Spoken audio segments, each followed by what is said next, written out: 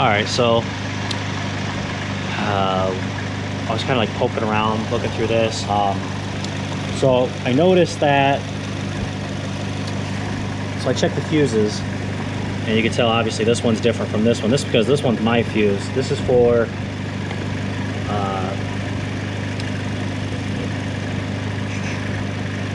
what number is that? Can't find it now. 4. Sorry, number 4 is the trans. It should be a 10 amp. Well, there was nothing in there. So when I remove it, which there was nothing in there, you hear the whole thing go bonkers.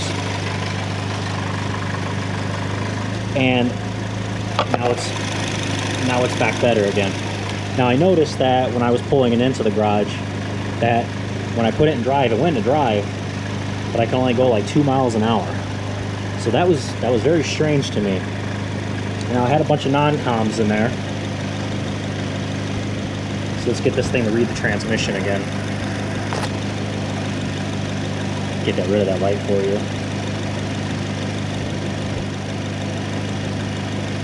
Okay, transmission codes. And now there's no transmission codes or engine control module.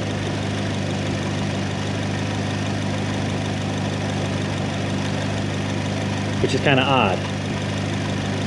So I don't know if the shop was trying to do a little switcheroo and they came in with this.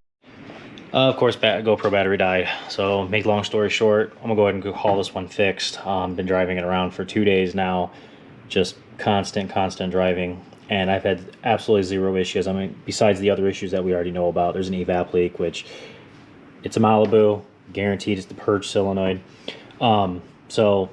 Which I'm going to test that here in a second, but I already got that video on my channel. Actually, I probably got tons of those videos on this channel because this seemed to go bad constantly on these vehicles. This is the Impalas. Anyways, yeah, so what I think was, shop just said, well, hey, replacing the battery would be really cheap. This is a really cheap fix, and they obviously knew that this is what it was. I mean, this was probably had a really bad connection because, again, I just picked it right up. So it's probably just wobbling there.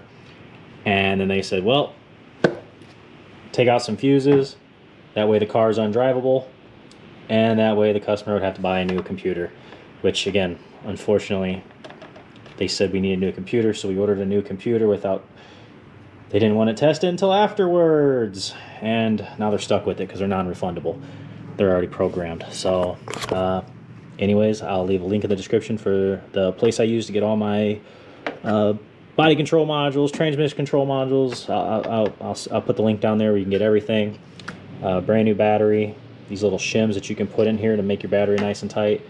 And man, it's just a shame. This is why people have a really hard time trusting shops. And this was a major dealer too. That's the really unfortunate part about it. This wasn't your normal mom and pop shop. This was an actual Chevy dealer. Doesn't matter where, doesn't matter.